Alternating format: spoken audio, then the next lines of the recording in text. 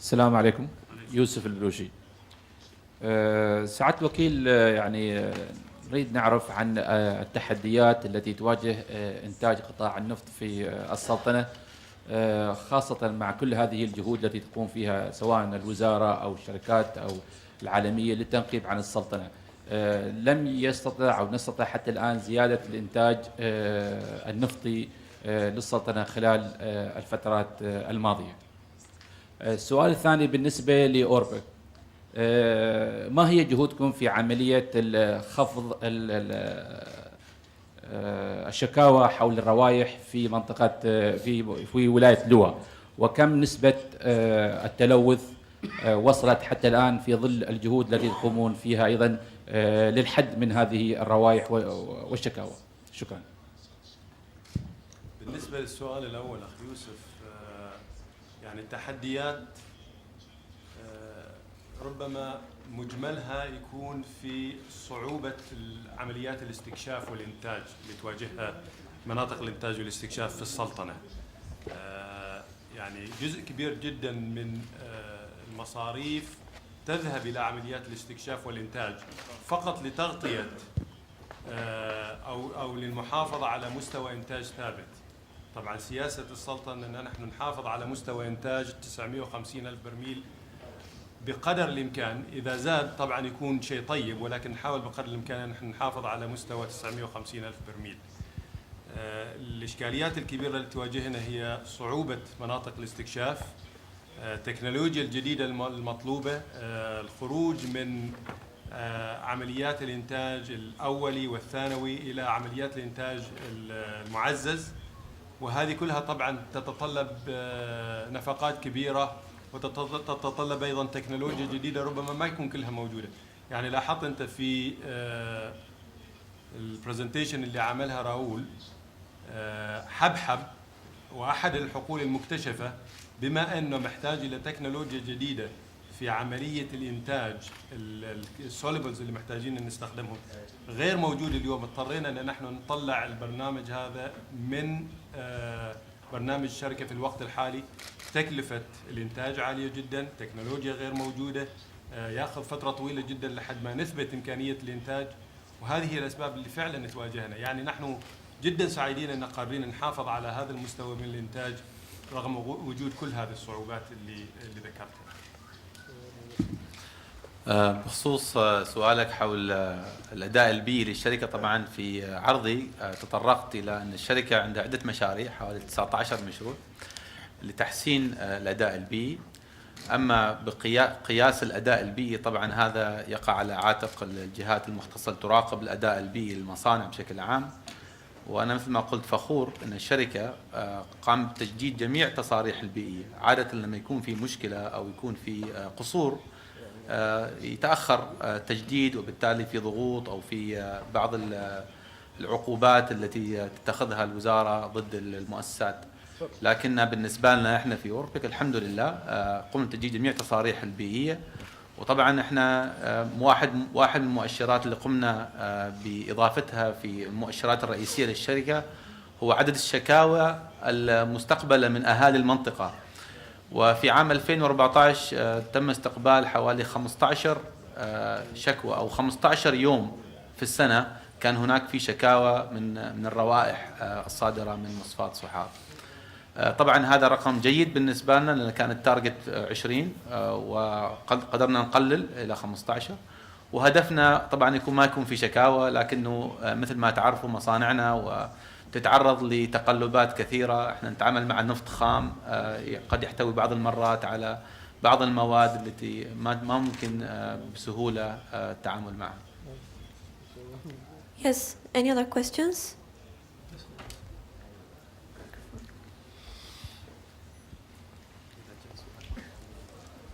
Good morning, gentlemen. My name is Akshay from Oil and Gas Review. My question is for His Excellency Mr. Aufi. In the summer 2013, the committee, the ICV committee, had announced the strategy blueprint for $64 billion ICV strategy. Now, the dynamics have changed. We are working under lower oil price environment where the focus is on doing more for less and increasing cost efficiency. Are you going back to the drawing board and reworking on the strategy and the numbers and the opportunities specified in the original strategy plan? We're going back to the drawing board every day, regardless of the oil price. The original opportunities that were identified were initial thinking of what the potential is, the 64 billion. And as we started progressing through wave 1 and then wave 2, not all the opportunities materialized. Some additional opportunities were also identified. So the strategy now is, before we initiate a phase, or a wave rather, we work out the details of the opportunities to a point where we're actually confident enough to give it to the market. I think we're still aiming for the 64 billion if we can.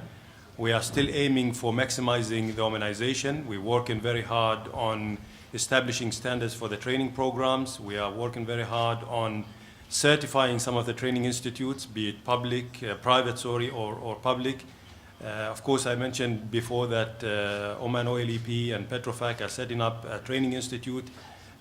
We've heard what Yousuf Al-Ojaili mentioned with regards to the work that BP is also doing. Raoul has also mentioned a lot of. So the 64 billion is an aspirational target. We're aiming for it. The low oil price did not change that direction at all.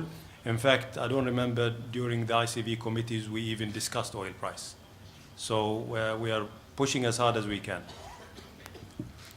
I have another question. This is from Mr. Restucci. Though I do understand you're handling just a part of the Shell business in the country, but we have seen Shell is acquiring BG operations globally. And I also understand BG doesn't have an asset in the country, but will it have any implication of any kind for operations of Shell in Oman? You'll have to ask the Shell representatives. I represent PDO. Fine, thanks. We are glad to receive some questions from the social media. المعتصم البهلاني رئيس تحرير مجلة الفلق الإلكترونية. السؤال الأول هو لوزارة النفط والغاز، سواء كان سعادة سالم عوفي أو معالي الرمحي، هو عن كيفية تعامل السلطنة مع هبوط أسعار النفط. هل كان هنالك تنسيق ما بين الوزارة والشركات بحيث أن تكون هنالك خطط موحدة اتجاه هذا الموضوع؟ في المقابل أيضا وجدنا أن بعض الشركات قامت بتخفيض نسبة تدريب الموظفين، اللي هي الكورسز على سبيل المثال والكونفرنسز، اللي هي يعني أشياء قد تعتبر ضرورية لتطوير الموظف نفسه. هل مثل هذا النوع من إنزال المصاريف مؤثر جدا لقطاع النفط والغاز؟ السؤال الآخر الأستاذ يوسف مقعلي، ذكرت أنه بي بي عمان تصرف 4 مليارات دولار على مشروع خزان، 23% منها فقط للمشاريع المحلية. هل تجدون هذه النسبة صحية مقارنة بالمبلغ المصروف؟ أيضا سؤال لراؤول رستوتشي، وهو عن زيارة مجلس الوزراء بالأمس إلى شركة تنمية نفط عمان. ماذا كان الهدف من هذه الزيارة، وما هو الانطباع الذي خرجت به الكابينة من هذه الزيارة؟ شكرا. بالنسبة للتنسيق مع الشركات ومع شركات الخدمات بسبب انخفاض سعر النفط طبعا مستمر، ومن بداية الأزمة كان طبعا في بوادر لأن سعر النفط ممكن يستمر بالانخفاض وراح يستمر منخفض إلى فترة طويلة. طلبنا طبعا من كل الشركات تراجع كل أعمالها، الأساسية منها تبقى، والغير أساسية اللي لا تؤثر على إنتاج النفط يعاد مراجعتها مرة ثانية وتوضع لها أولويات. طبعا هناك شروط. الشرط الأول إنه لا يمكن سحب أو تخفيض أي عمل قد يؤثر بالعمالة العمانية، وهذا الشرط كان واضح جدا، إلا في حالة أنهم يرجعوا مرة ثانية للوزارة ونتأكد أنه هذا هو الحل الأخير، ونحاول بقدر الإمكان أن نستوعب العمالة العمانية في أماكن ثانية. الأشياء الثانية، الشرط الثاني طبعا بدون أي تأثير على إنتاج النفط في الوقت الحالي. ربما في المستقبل قد يؤثر، ولكن بنحاول بقدر الإمكان أن يكون التأثير بسيط جدا. علشان كذا أعمال الاستكشاف مستمرة، ما في أي تغيير. أعمال الإنتاج مستمرة، معظم المشاريع ما عدا بعض المشاريع طويلة الأمد ما زالت مستمرة. يمكن المشروعين الوحيدين اللي ذكرهم راؤول، المشروع الوحيد اللي هو رباب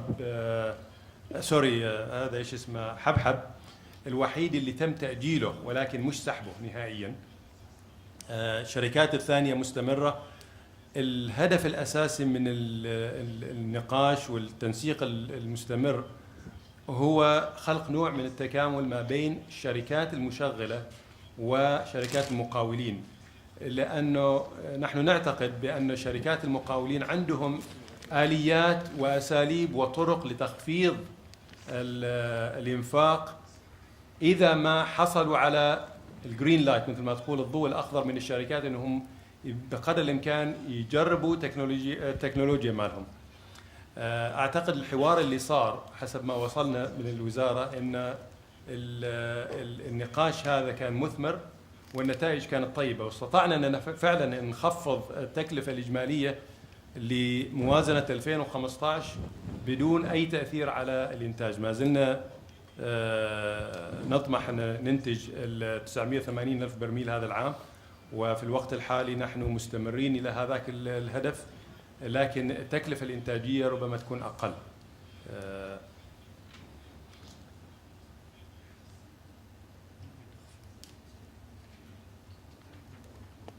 بالنسبة لتخفيض التدريب، احنا ما تدخلنا كثير في هذا الموضوع، لأن نترك الموضوع هذا للشركات هي تحدد الأولويات الأساسية. يعني مثلا في وزارة النفط نحن ما خفضنا التدريب، بالعكس ربما كان التدريب أكثر. حسب معرفتي من الشركات أن التدريب الأساسي الفني خاصة مستمر، ما في أي تخفيض. ربما يكون التخفيض في حضور الورش خارج السلطنة، المؤتمرات خارج السلطنة، وهذا طبعا بديهي جدا وطبيعي ويحدث في كل الأوقات اللي يكون فيها انخفاض في الإنتاج. لكن بالنسبة للتدريب الحقيقي للموظفين ما وصلني رسالة حقيقية أنه فعلا التدريب انخفض بشكل كبير بحيث أنه يأثر على تطوير المهارات لدى الموظفين وبالخصوص العمانيين. السؤال كان إذا 23% من عقود الشركة مساهمة في القيمة المضافة هل هو رقم جيد أو لا؟ أعتقد أنه بداية جيدة، لا أقول أنه رقم جيد، بداية جيدة. لا تنسى أنه الشركة أكملت فقط سنة، يعني فوق السنة منذ توقيع الاتفاقيات مع وزارة النفط والغاز، وقيمة العقود اللي أسندت 4 مليار من مجموع 16 مليار اللي ذكرتها، فالفرصة موجودة. وإن شاء الله نحن نعمل من خلال لجنة الICV المشكلة اللي تدار من قبل وزارة النفط والغاز، وأتمنى أنه يكون في مساهمة أكثر إن شاء الله من خلال باقي العقود التي لم تسند. Yes, His Excellency Dr. Rumhy and I had the privilege alongside the management team in PDO to welcome and literally be honored by the presence of His Highness Said Fahd bin Mahmoud Al Said and Deputy Prime Minister for the Council of Ministers.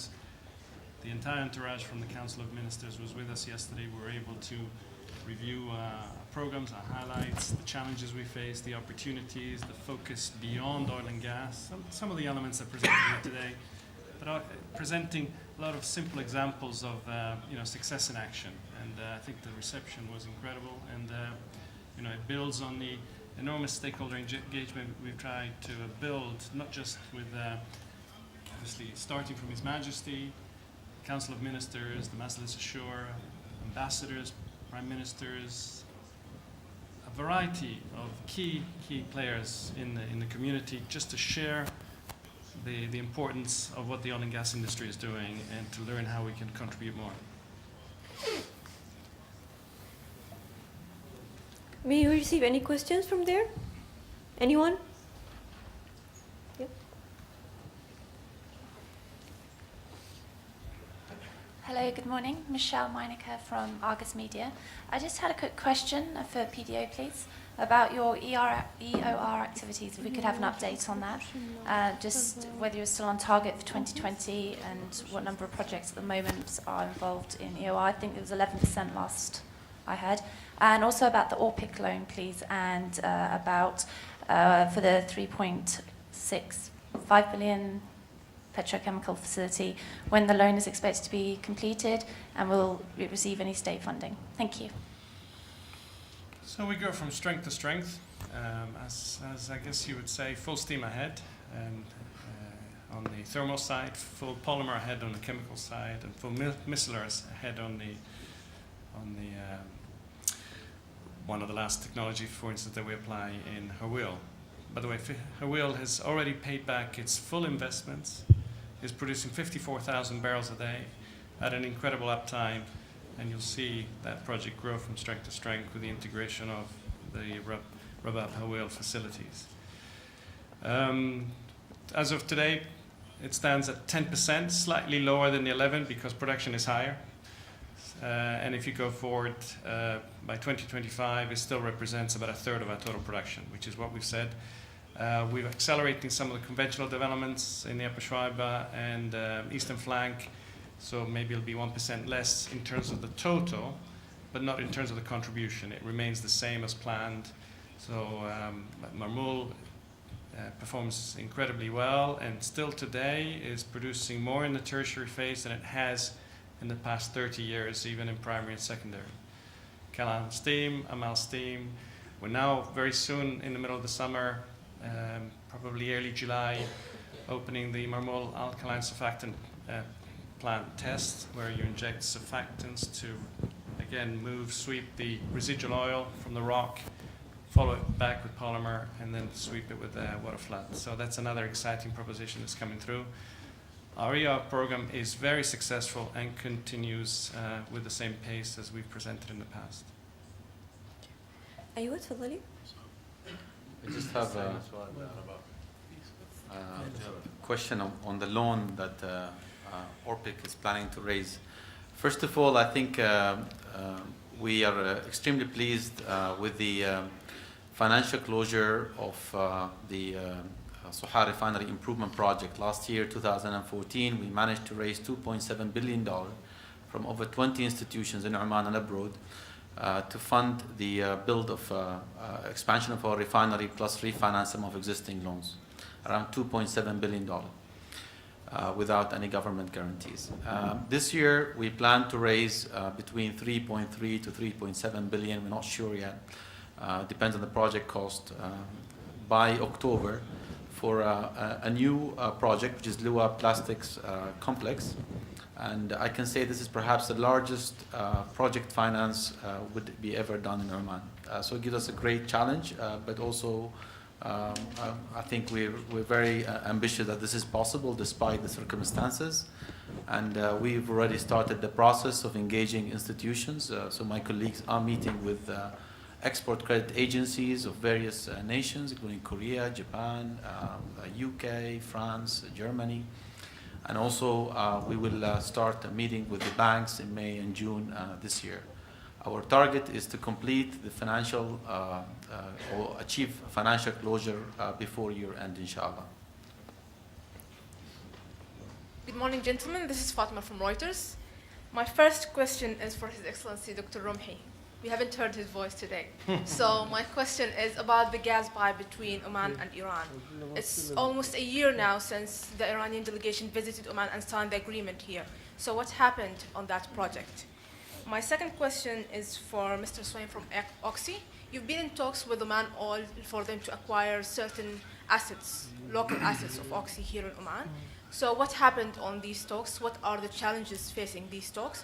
And if we can see anything in the future. My third question is for Mr. Musab. I'd like you to clarify, you mentioned that you had certain losses last year compared to the year before that. If you can just repeat with clarifying what exactly are these losses. My last question is, second last question. My second last question is for Mr. Salim. You mentioned that the gas has been produced in Ras Al Khaimah. What has been the returns for Oman from in these years until this point of time? My last question, I have no idea to whom shall I address it. It's about Oman Gas Company, and unfortunately, I can't see the company represented, but I'm sure all of you guys know what's happening with it. There has been certain claims that the pipes regarding Khazan project has been awarded without tendering, and that was published in one of the local newspapers. If you can, one of you gentlemen, to clarify how was the awarding happened to the vibes of that project happened. Thank you. Can we start the last before you sit before you sit down? Can Yeah, we? sure. Because I think you've got your facts mixed up a little bit, Fatma. Which project are you talking about that was awarded without tender? There was Because you mentioned Oman Gas Company, you mentioned Khazan. Oman. These are the Khazan project that there was supposed to be a pipe from Khazan to Ad-Dukum. The project itself is supposed to be by OGC, building the gas pipes. Yes. Correct? That pipeline project. Yes, Oh, that's I the see. project I'm talking about. And which has been awarded without tender. Yes, that's a claim, and I would like a clarification on that I see. claim. Okay, that claim is wrong. You can sit down. Thank you. Then can you tell us how exactly was That project has two parts. One is procurement of pipes, which went through tender, and it was sanctioned by the government tender board. And I suggest you go and get facts from the government tender board on the procurement part of that project. So they bought the pipes through tender process and they awarded. And that's all. That has not been awarded yet. You asked about Iran. The discussion is going on. It has many facets. The first part is to agree on the route, and we are working on that. Once we know the route, we will move into the second phase, which is the design of the pipeline itself. You have third question Mr. and fourth Swain? and fifth. Salim, yes. Thanks. You talked about or you questioned about the gas. Actually, just to give you a background, the Musab plant is an upstream processing plant that we don't own or operate the offshore block. The block 8, where the current fluids coming in are being produced, are produced via an offshore pipeline to currently Iraq gas plant. The block 8 is actually governed under a production sharing agreement between Ministry of Oil and Gas and the consortium led by currently DNO. So I'm not in a position to discuss. This is a normal PSA like any other, and the processing in Russell gas is purely on a tariff based that is governed under the PSA. Our role in the Musab project is actually building the capability or the processing capacity and storage and export facilities to allow the other blocks, including block 8, to prosper beyond just West Bukha and Bukha. This is like a major undertaking directions by the Minister of Oil and Gas, His Excellency Dr. Rumhy. We are very honored as OOCEP to have a foot in that area, and actually we'll be seeing more of that region once the project is finished. Mr. Swain? Yes, with regard to Oman Oil, we're honored to already have a partnership with Oman Oil in some of our blocks. Their insights and input are very much valued, and we certainly appreciate the opportunity to continue working with them in any way that would be mutually beneficial. I can't really comment in detail on any current talks with respect to that. Thank you. And with regard to your question about Orpic losses, I just would like to clarify that Orpic business model is to buy feedstock at market price and sell products at market price. And therefore, that makes our business vulnerable to changes in the prices of various commodities outside. I just wanted to show in my slide that our plan in 2014 was to achieve gross margin of $750 million. However, we achieved minus $4 million. So the difference is around $754 million. And about 560 million of that is because of change in oil price, the change in refining margins, and the change in the petrochemical margin. I've given a breakdown of each of the changes affected us. So therefore, the key to overcome this vulnerability is to ensure that you have a deep crack in terms of you're trying to extract the best value from the molecule and diversify among fuels and petrochemicals, which we are doing right now. Thank you. Yes, please.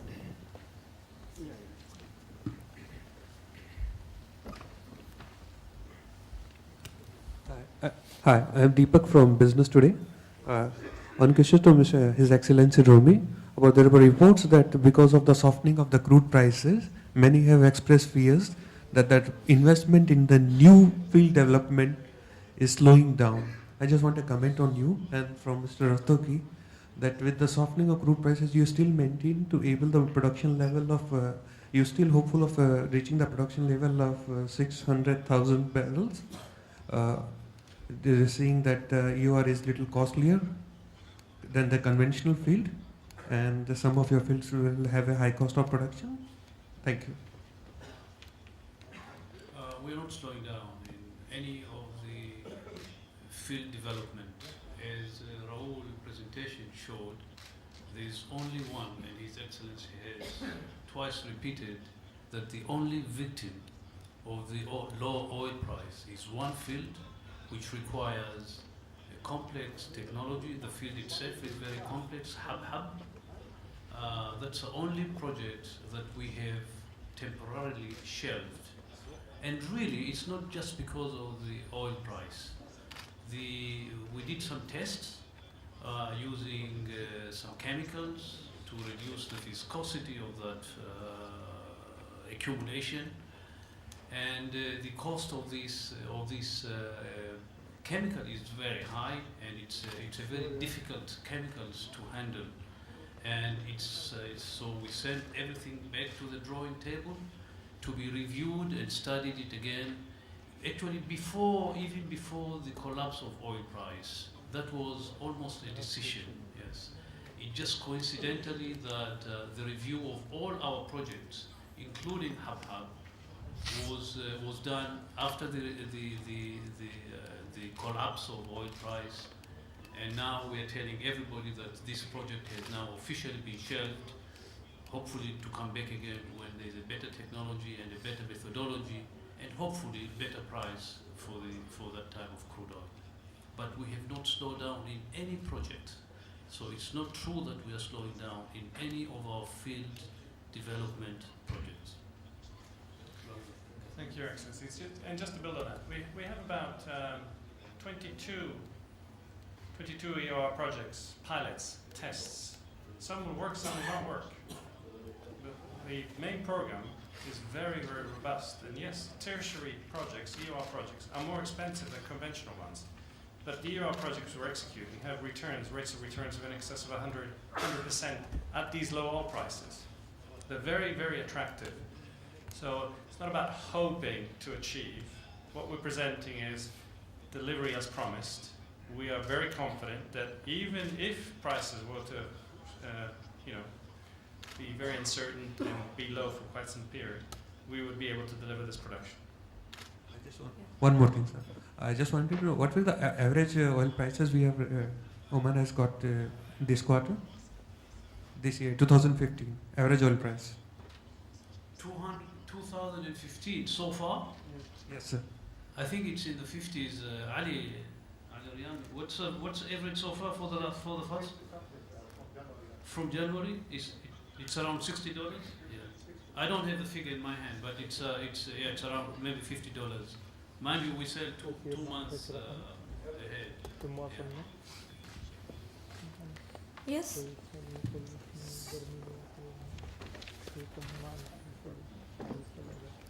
I'm Ajay from the Oman Tribune. See, in the wake of declining oil prices, there was a mention earlier of the ministry having talks with different companies and contractors and all that regarding reworking their budgets. And as you mentioned earlier about staff reduction, it should not be on no money should lose their jobs. So what has been the progress on that? Have these companies come back? What has been the strategy being worked out now? What has been the result so far? And then there's another question is, what has been the contribution of oil and gas towards the GDP during 2014? Thank you. Thank you. I think the strategy, I'll leave it to Raoul. PDO had engaged almost all contractors. How many of them? 150 in the last engagement in February. There are 150 contractors and service providers that are working with PDO. This is just an example. And the idea was both sides should sit together and find ways of optimization. I think the results were extremely encouraging, and I'll let Raoul maybe elaborate on that. The 2014 GDP contribution, 100%? Oh, sorry. Close to 50%, I think is, I really don't have a number, but oil and gas contribution to our GDP is well in the high 40s GDP, not direct income. Sometimes we confuse these two numbers. So yes, we've had I mean, historically, every time there's a price decline, the natural reaction of the industry is that the operators will send a firm letter to the service entities, to the contractors, and say, thou shall reduce your cost by X, 20%, 25%.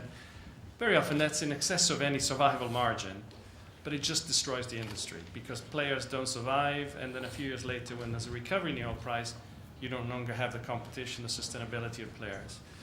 So, you know, there are short-term wins that actually turn into real pain a little bit. So we've taken a very, very different approach. We have engaged with the contractor community and said, look, we're both challenged. How do we reduce cost that creates long-term sustainability, win-win arrangements in this difficult period? We don't want to destroy your margins, but we have to become more effective, cheaper. What are the options? And there have been a variety. You pay insurance, we pay insurance. You inspect, we inspect, we have third-party inspection. You have a permit to work system, we have one, and can we improve that? Can we improve the supply chain? You purchase something, we purchase something. Why can't we leverage that purchasing picture? You believe a certain standard is appropriate for the activity there. We can simplify some of our standards. Maybe they're applicable to Raoul, but not necessarily for conventional black oil. So it's about working together to simplify the project cost, and this has resulted even to the extent of optimizing the number of rig counts for this year and for next year, and we've already seen significant capex reduction there. So that's another example of how do we react as BP with the shareholder, with the ministry as well, to lower oil prices. What about job losses? Have there been job losses, being cuts and job cuts as part of this? No. We will continue to create significant job opportunities. We've shown you the statistics in terms of the Omani positions, 4,300 alone in 2014. In 2015, as of last week, or 2 weeks ago, we were creating 7,296 positions. And I review those statistics on a monthly basis. We are going to continue to create. You can't grow, you can't produce more without additional resources. Yes, a question? Good morning. My name is Nader Taim. I'm from the Middle East Economic Survey. I had a couple of questions. First of all, clarification, if I may. The target for 2015 is what exactly? I mean, the liquids target, so crude and condensate. Are we happy to stay around 950, or is the target 980? Because over the last few months, we've heard a few different numbers. That's the first thing. Second thing, last year, a big theme at this press briefing was the hope for the onshore blocks, and offshore blocks. And I spoke to a few officials, and the suggestion was that we'd like to do more offshore. After Total's, not being successful in Block 41, and handing back the government, has that changed the ministry's hopes, let's say? And in general, in the latest bid round from the last quarter last year, in the offshore blocks, has there been any interest? Has there been as much interest as you'd liked? Not as much, so on and so forth. And last question, sorry to bring back the Iran issue. The Iran project, the Iran gas pipeline project, obviously we don't have a scheduled date for it yet, as there's still a lot to be done, but would I be right to assume that we are hoping for a target of post end 2017, which is after Khazan comes on stream. Considering the gas balance back then in the forecast for the gas balance, do we assume that Oman's need for the gas pipeline project from Iran for Iranian gas will still be as high as it would be if it had started earlier, or not? As in 2017 gas balance, will it still be in need of Iranian gas, sorry. Thank you very much. Take the first. 2015 target is 980. Okay. Still. Okay. The 950 is a long-term target, so we try to stay. If we look at the next 5-year plan, 10-year plan, our message to the companies always is we aim to achieve 950, no less. Individual years, we could be 980, 970, 960. This year, we're targeting 980. I hope we do achieve 980. Initial indication at the beginning of the year is that we have started better than last year. And so we are going in that direction. So that's the difference between 950 and 980. Offshore, yes, Total have returned Block 41. Not successful in their exploration activities. In fact, they didn't do a lot of exploration. They took it for a year to study. Following that, there was a program. The initial study did not indicate a lot of promising results for them, so they opted out at an early stage. It makes it more challenging for us to market the blocks again, but we will continue to do so. However, we do have, of course, the Musaira offshore block is still active. There is a drilling program planned. We are still looking into testing the discovery well this year. Offshore Musandam, we have a producing block, Block 8. We talked about it already. We have exploration blocks in that area as well. I think it's Block 17 and 40. So there are 4 offshore blocks in total active. A few other ones are not active for different reasons. So yes, we will continue to market them, but we know the challenges that are facing offshore blocks, particularly on the exploration side. Very expensive operation. So unless you're really sure that you're going to find something, you try to minimize the losses. In terms of the latest bid round, has there been any interest in the offshore blocks in particular, or onshore? I haven't seen the results of the latest bid rounds, but onshore, yes. Okay. Offshore, I haven't seen the results yet. أيوة تفضل هناك سؤالك. Can I just touch on the Iran issue, the gas yes, issue? the Iran gas versus the Khazan. I think you think that if we start receiving gas from both of these two projects, we'll have a surplus of gas. I think that's a nice problem to have as a country, to have too much gas and finding. To be honest with you, we have not started to market the Iranian gas because of the uncertainty of the delivery time. We think this gas will see daylight. Timing is an issue, and in gas business, unless you have a fixed time of delivering gas, it's extremely difficult to start to sell that gas to potential consumers. But here, even here, I'm surrounded by people who want to consume more gas. PDO, for example, they have a lot of thermal recovery projects that they could start if we have more gas. And a lot of industry who are looking for gas in the country. I would love to have the challenge to find users of gas if we have plenty of it. So that's not a concern at all from our point of view. In terms of the forecasted balance, can we assume that if consumption grows as is expected, would Khazan cover expected consumption by that date? It's a difficult question. When you do the gas balance of supply and demand requirement, how many years are you looking at? 5, 2, 10, 20, 40, 50 years ahead of time? And that is the challenge, is how long do we plan for filling the gap between supply and demand? Whichever one is higher or lower, it doesn't really matter. But the time frame is a challenge, and the uncertainty for the future. But I can tell you, not just us, the whole region here, if you take 30, 40 years planning from now, you'll see there's a gas shortage. And we hope that maybe there will be other alternatives of handling our energy requirement. So really, it's not really a crucial problem if there's an imbalance between supply and demand caused by Iranian Oman pipeline project.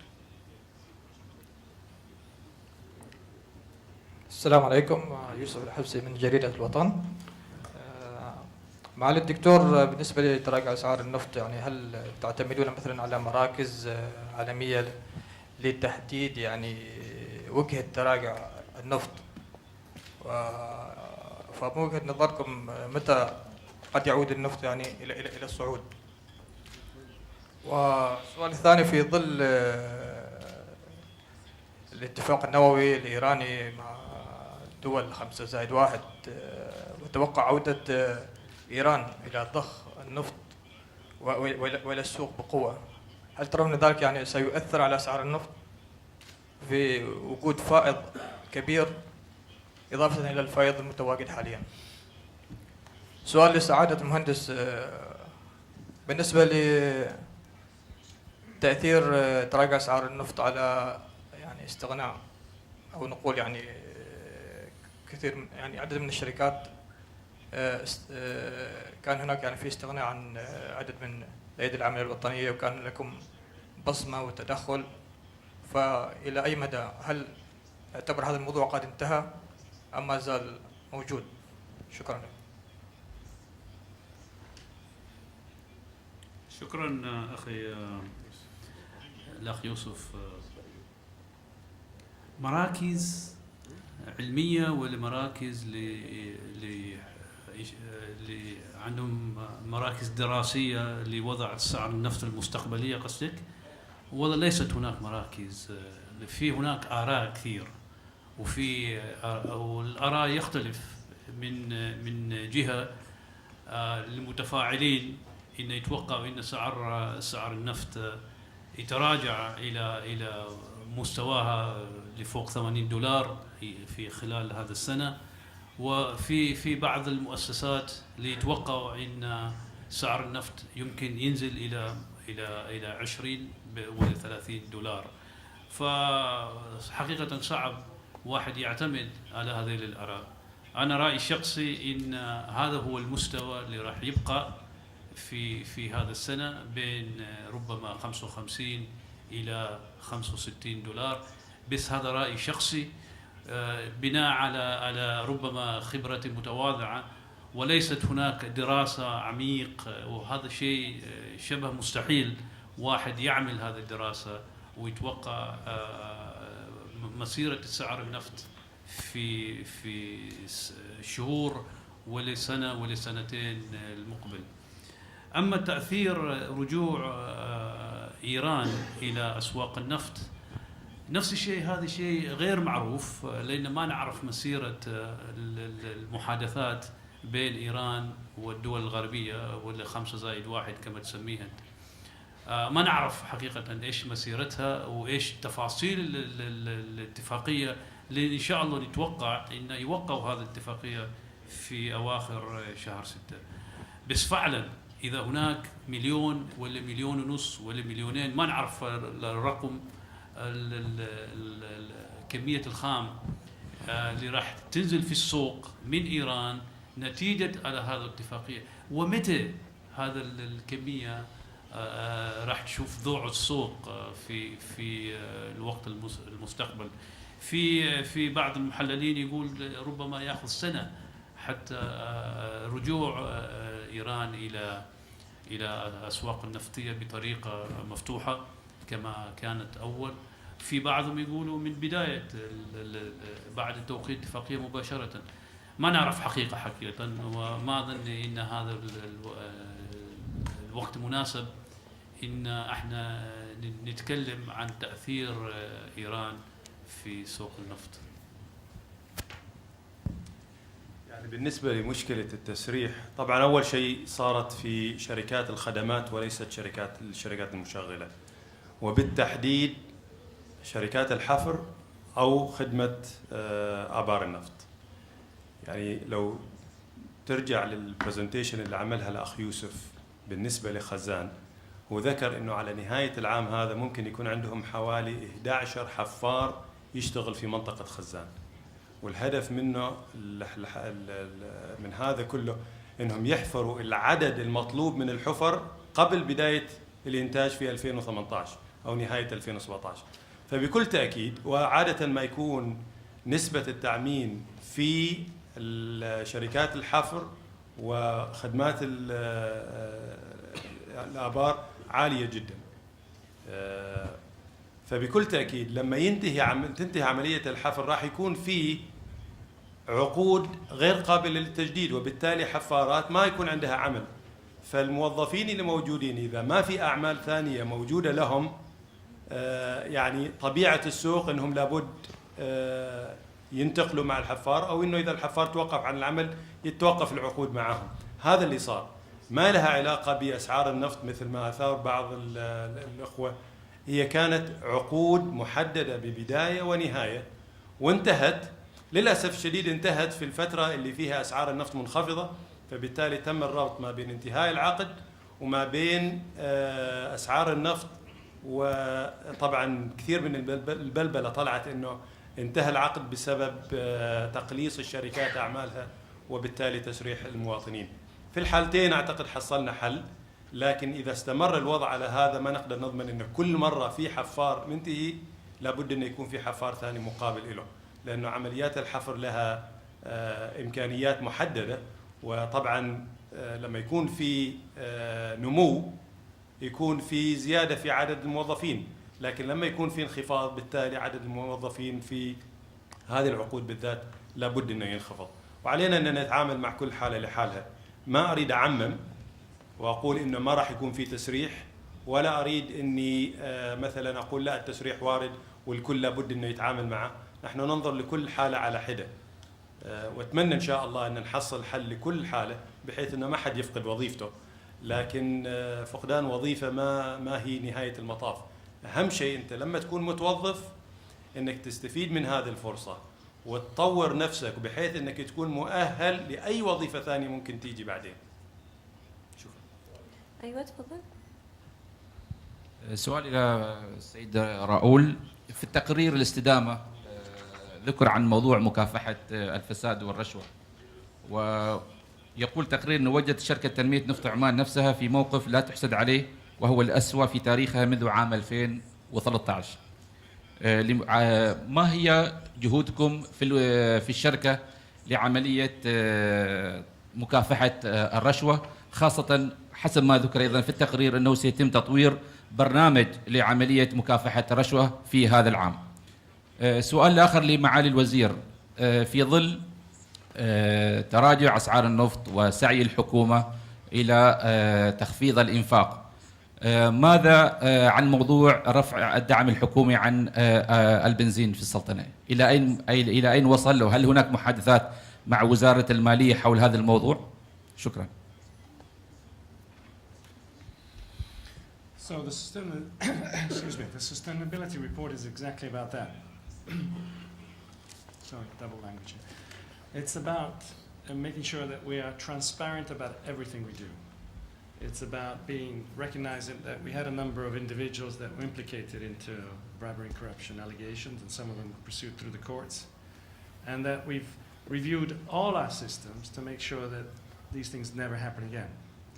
So it's about not only this, reviewing how efficient is the statement of general business principles, how efficient our conflict of interest policies are, how efficient our blow the whistle policies are, our defalcation committees, our investigations. A massive effort. And middle of last year, we called in a number of global experts from around the world to see whether they could contribute or challenge or enhance our systems. And their feedback was mind-blowing. They thought that we had an incredible effort in place. And I think the role model that His Majesty has taken in terms of pursuing consequence management has just added that additional element that is so critical to ensure success in this program. We have joined the UN Global Compact exactly for that, for driving the best universal principles of business management, anti-bribery and corruption, human labor and beyond. We currently have an independent team that is inquiring with the contractor community day in, day out. Are there any examples of bullying? Are there issues of improper offers or otherwise? To make sure that we address any of those areas as effectively and as efficiently as possible. We're not aware of any issues. If any of you are aware, please let us know. We will deal with them proficiently and immediately. But for the moment, I think the programs that PDO is in place, the transparency approach that PDO is taking, the efforts towards the UN Global Compact are examples of best practice. سؤالك يا أخي عن رفع الدعم ولا تخفيض الدعم، أنا أسميه تخفيض الدعم وليس رفع الدعم. هي قرار حكومي وليس قرار وزارة النفط والغاز. احنا مسؤوليتنا هي إنتاج المحرقات وإنتاج المنتجات النفطية وليس تحديد السعر. بس هذه قرار تحت إشراف بالذات المجلس وزراء ومجلس مالية وموارد طاقة، وهناك معروف إن في هناك دراسة وهناك في نقاش على هذا الموضوع. هذا موضوع مش سهل والقرار حقيقة مش سهل يعني للمسؤولين، بس هذا ليست تحت إشراف مباشرة من قبل هذا الوزارة. Any more questions?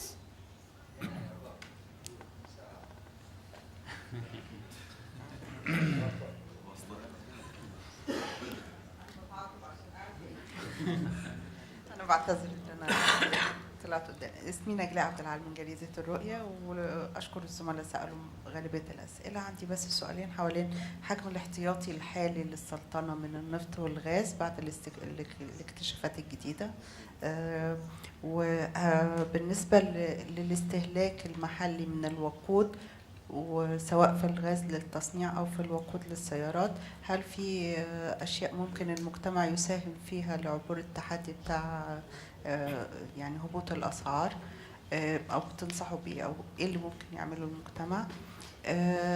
بالنسبة لحقل هرويل وما حكي عنه كثيرا يعني من زيادة المصروفات وغيره، هل قريب يعني هل هو يسير على البرنامج الزمني للإنتاج فيه، وهل هو حسب التوقعات اللي كانت أثيرت حوله قبل كده؟ بس دول الأسئلة اللي عندي. شكرا. الاحتياطي أنا ذكرته أخت نجلاء في البرزنتيشن. بالنسبة لاحتياط النفط الإجمالي 5300 مليون برميل. احتياطي الغاز 24 واعتقد موجود في البريس ريليس، بما في الاستكشافات الجديدة محسوب كل الاستكشافات وكل اللي تم إنتاجه حتى نهاية عام 2014 محسوب. هذا بالنسبة للاحتياطي.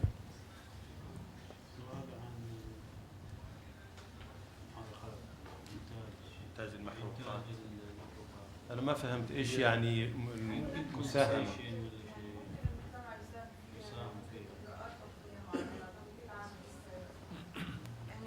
في 5% زيادة على حسب من لا تشتروا سيارات كبيرة، سيارات صغيرة يمكن. أيوة. يعني هل في إجراءات معينة ممكن؟ يعني هذه مسؤولية شخصية كبيرة تقع على الجميع يعني أعتقد في عملية استهلاك الطاقة، لأن هناك ثقافة معينة وهذه الثقافة تتعزز الأجيال القادمة من ناحية يعني استهلاك الطاقة الغير مسؤول أنا أعتبره، وبالتالي في بعض يعني مبادرات، لكن دائما تكون مبادرات على مستوى شخصي أكثرها على مستوى يعني وطني، وهي عبارة عن ترشيد استهلاك الطاقة سواء في البيت من ناحية الكهرباء وغيرها، وكذلك في السيارة واستهلاك الآخر يعني. لكن النمو حقيقة في عام 2014 5% لبنزين السيارات منخفض بالمقارنة مع 2011 و2012 و2013 و2013 نعم. وبالتالي أيوه في 5% فقط، لكن معدل 5 سنوات كان تقريبا 10% لكل سنة زيادة، وبالتالي الزيادة في 2014 ما كانت بالقدر اللي كانت في السنوات الماضية. لأن أعتقد أن كثير من النمو كان في 2011 و2012 لما صار في توظيف وصار في نمو كبير في الاستهلاك وغيره، لكن في 2014 ما كان الاستهلاك بنفس الحجم يعني. طبعا 3 إلى 5% رقم جيد لأنه يواكب النمو في الاقتصاد الوطني، يعني أعتقد الاقتصاد العام الماضي نما تقريبا 5% GDP growth يعني، وبالتالي 5% نمو في استهلاك البنزين السيارات نمو جيد. هو في الديزل 7% تقريبا. Yes, please, your question. هارويل ما جاوبت على هارويل في سؤال عن هارويل. How did Haroil production justify the cost? Haroil's paid back in about I think 21 months of operation. It's been incredibly successful. It is going from strength to strength. It's showing a very high rate of system uptime. If you compare it to any other high-pressure sour gas operation around the world, there's just no comparison. It's literally a different benchmark. We're very excited about the incremental value that it will create for the next 40 years. And we're adding to those facilities with the Rababa, Haroil, the additional extensions, the additional fines I referred to earlier. Haroil is a real success. Something we should be very proud of. Majlis Ashura joined the Haroil operations. We had them go through the H2S testing. They all passed with flying colors. They all returned home safely, and they were very impressed about those operations. Yes, your question. Hi, I'm Anthony DiPaola from Bloomberg News. I wanted to ask another question about the Iran gas deal, given that the price seems always to be the sticking point for Iran in completing agreements like this. So I wanted to know when you will agree on the price of the gas to be purchased, or the pricing formula. If you could give us a time frame or a step in the process when you might agree on the gas. And if part of the discussion is that you'll use some of the excess Oman LNG capacity to export some of that Iranian gas as LNG. And then another question I had on global oil prices. You, Minister, have been critical of OPEC's decision not to reduce production in November, and already the signs are indicating, and the expectations are that they won't change their production stance in June. So I'm wondering what your outlook on that is. Does there need to be a decrease in production globally? Will potential decreases in U.S. shale production be enough to rebalance the market? And how long do you see Oman being able to maintain its budgets and its spending with prices as they are now, or as you see them in that $55 to $65 range? And the final thing was, I just wanted to be clear on the 980 target for this year. Is that crude oil only, or is that crude condensates, BOE? Crude condensate. Crude and condensate, not gas. Okay, thank you. Thanks, Anthony. You have too many questions. The issue of pricing Iranian gas is, we have agreed that we will leave this towards the end of the project rather than the beginning of the project. Many factors will determine how we price it. The ultimate goal from this side of the water is to build this as an infrastructure project. I think it's good for our energy security, and we will deal with the price when we get that part over.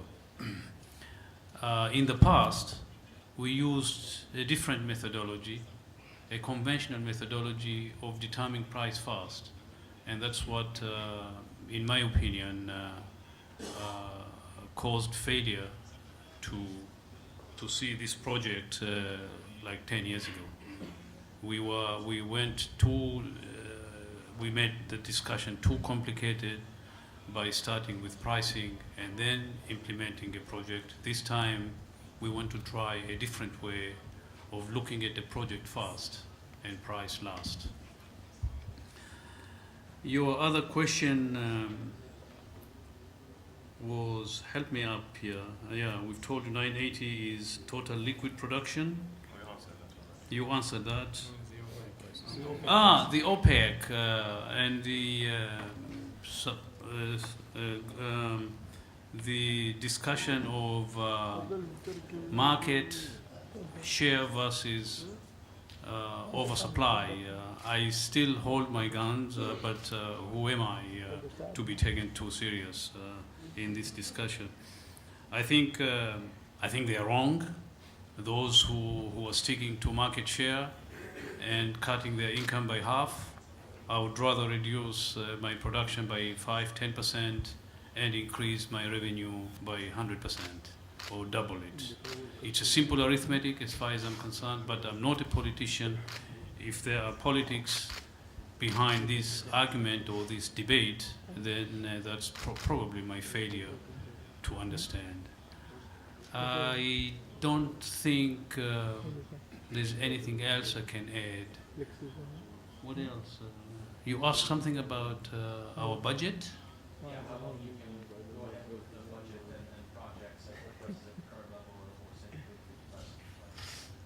I really don't know. I think this is a concern for a country.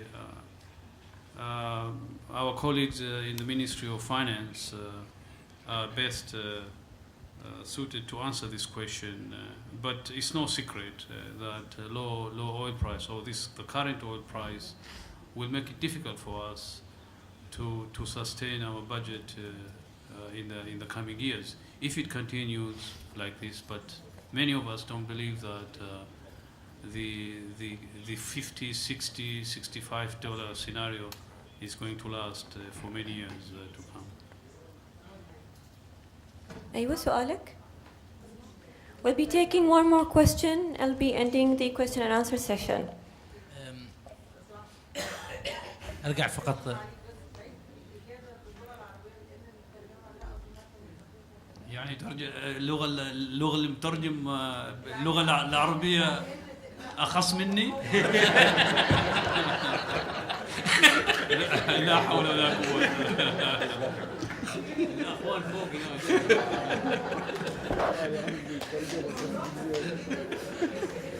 He's smiling, huh?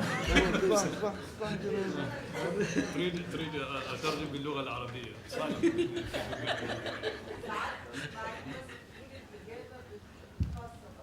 بأي سؤال؟ لأن كانت في عدد الأسئلة. الأوبك؟ مسألة أوبك؟ يعني من يمتلكون الحصة الأكبر إذا رفعوا يعني بس لنقدر فكرة شوية يعني أنا وجهة نظري إن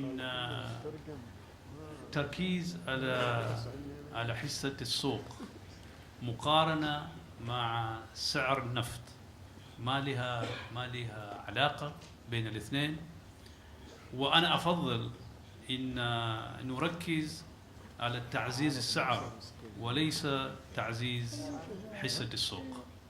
وهذا بعض وجهة نظر في عالم النفط والغاز خصوصا في منطقتنا، مركزين على حصة السوق وليست على السعر الحقيقي للنفط الخام. هذا هو المضمون بالمختصر. أيوة تفضل. طيب أنا سأبدأ من حيث انتهى مع الوزير. ألا ترى أصلا أنه هبوط أسعار النفط والذي حصل لا علاقة له أبدا بموضوع السعر والطلب، لا من ناحية الحصة السوقية ولا من ناحية يعني هبوط أسعار النفط واضح لدى الجميع أنه أهدافه سياسية وليست له أي علاقة بموضوع العرض والطلب. يعني أود أن أخذ تعليق على هذا الموضوع. الموضوع الآخر هو دخول مجموعة من حقول النفط الثقيل على خط المزيج العام لنفط عمان. ألا ترون أو هل هنالك جدوى اقتصادية من إيجاد مصفاة خاصة بالنفط الثقيل وخط أنابيب خاص بالنفط الثقيل بحيث أنه يعزز من جودة مزيج النفط العماني الخفيف؟ هل توجد دراسة في هذا المجال؟ أيضا سؤالين شخصيين لك مع الوزير. الأول هو متى ستكتب سيرتك الذاتية؟ والثاني هو متى سيكون لك حساب في السوشيال ميديا؟ سأذهب للأستاذ مصعب محروقي. النصيحة جيدة كانت بخصوص تقليص استخدام الوقود، فقط من باب الشفافية ما هي السيارة التي تستخدمها وكم عدد سعة المحرك التي تستخدمها. شكرا.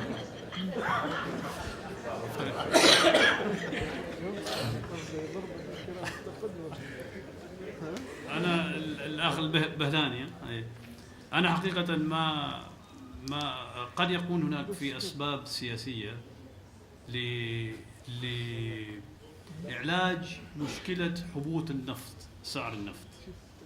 أما السبب الرئيسية هي الأرض والطلب، لأن العادة في السنوات الماضية هذا يحدث، وحدثت حتى أيامي يعني خلال 3 4 5 سنوات 6 سنوات 2009 آخر نزول سعر النفط في أسواق. والسبب كل هذا هبوط سعر النفط في سنوات ربما 30 40 سنة الماضية كانت السبب الرئيسي هي العرض والطلب. ولكن كانت هناك قرار تجاري والاقتصادي لمعالجة الوضع في هذاك الوقت. هاي مرة لماذا معالجة المشكلة ما تم؟ وأنا قد يكون معك على السبب، وهي السبب هي سبب أسباب السياسي. أنا متفق معك، بس السبب الرئيسي إن هناك فيها النفط أكثر في السوق أكثر من الطلب. أما الأسئلة الاثنين عن مشاركتي في السوشيال ميديا، وأنا من جيل القديم وليس لدي علم على الدخول على هذا التقنيات الجديدة، فتركت لجيل الحالي الأخ سعادة ناصر يمثل وزارة النفط في قمة هذا الوزارة، والحمد لله يعني. نعم، ما هذا متوفر يا أخي، كل واحد يعلم.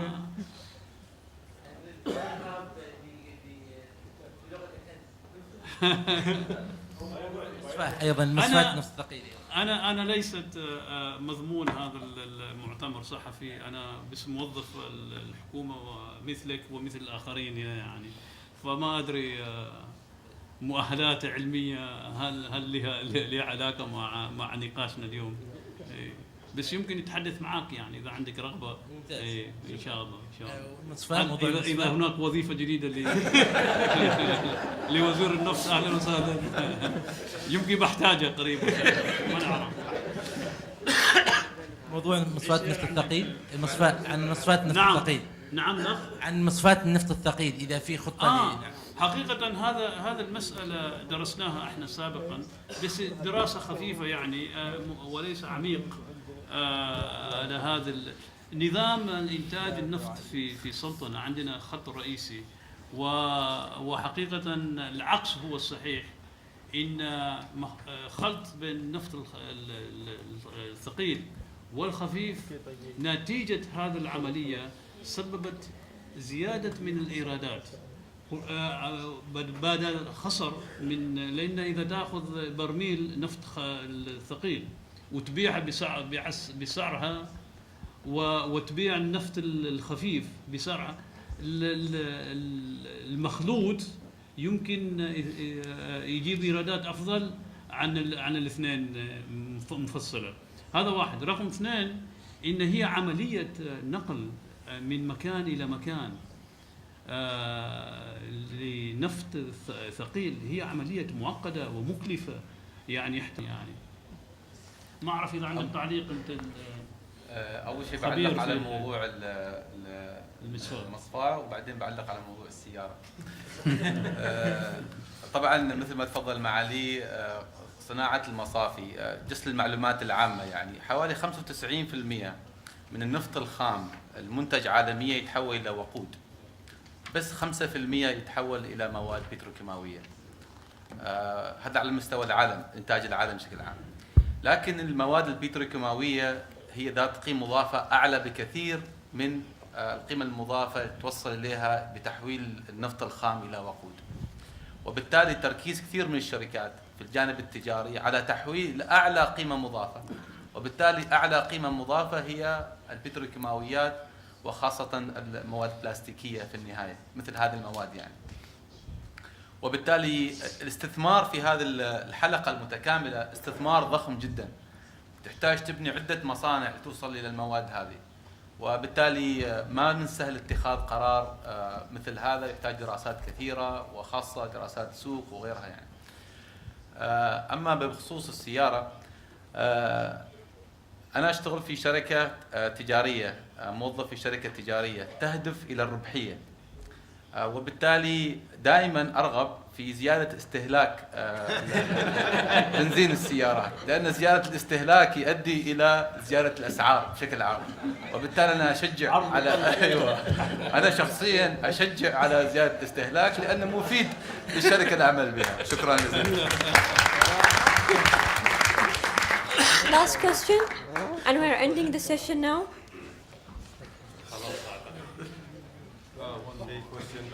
Last question. He was trying. Thanks. Hi, Alex Cornwell from Gulf News in the United Arab Emirates. My first one is just to the Undersecretary, just a clarification on how much gas was produced in 2014. And my second question to the Minister, in a follow-up to the question from my colleague at Bloomberg, does the Minister propose that anything can be done by non-OPEC oil-producing countries to counterbalance the action that OPEC has taken? What changes do you see going forward, or will non-OPEC members such as Oman continue to be at the mercy of OPEC and the decisions that they decide to make? Thank you. 97 million cubic meter is what was produced. 103 is what was consumed because we imported 5 million from the Dolphin project. So produced 97 million cubic meter.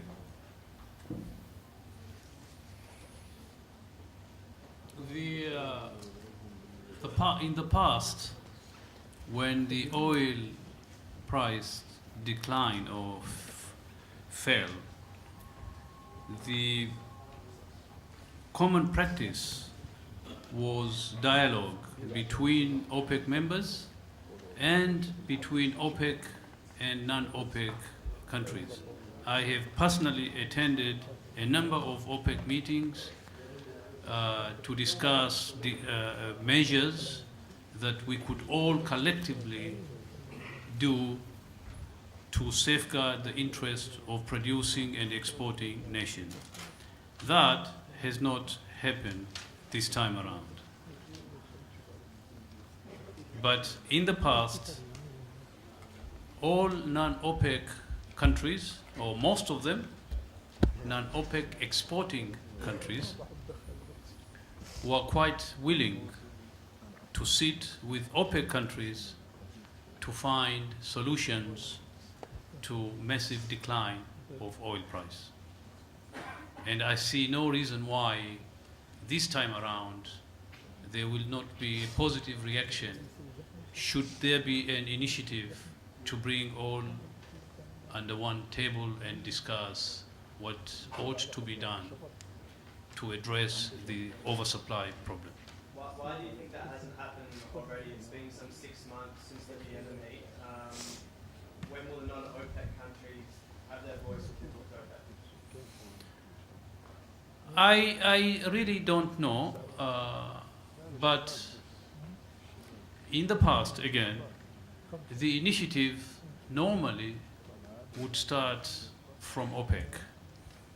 This time around, OPEC countries formally announced that they were not interested in in production cuts, and they were focusing on market share. So really, this is a non-starter for many of us who don't believe in that fundamental theory of market share versus oil prices.